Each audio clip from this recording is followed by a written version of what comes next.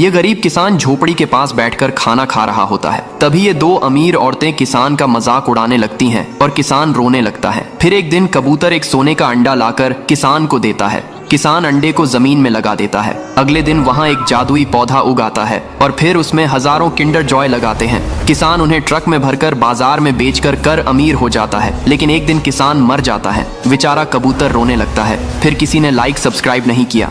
किसान को रास्ते में एक चमकता हुआ अंडा मिलता है। किसान खुश हो जाता है। किसान अंडे को घर ले आता है। अगले दिन अंडे से एक सुनहरा कबूतर निकलता है। अब कबूतर बड़ा हो जाता है और रोज एक सोने का अंडा देने लगती है। किसान उन अंडों को बाजार में बेचकर बहुत अमीर हो जाता है। लेकिन एक दिन एक बड़ा सांप किसान के घर में घुस जाता है और कबूतर के सारे अंडे खा जाता है। किसान सांप को गुस्से में मार डालता है और कबूतर रोने लगता है। फिर लाइक सब्सक्राइब नहीं किया।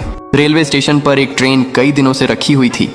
एक बड़ा कबूतर उस पर अपना घोंसला बनाता है।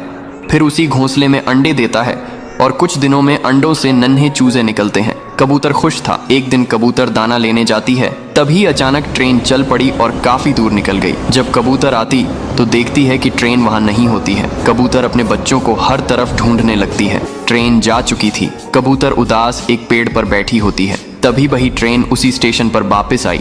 कबूतर खुश हो गई और फिर कबूतर ने अपना घोंसला पेड़ पर बना लिया और फिर कबूतर रोने लगी। फिर लाइक सब्सक्राइब नहीं किया।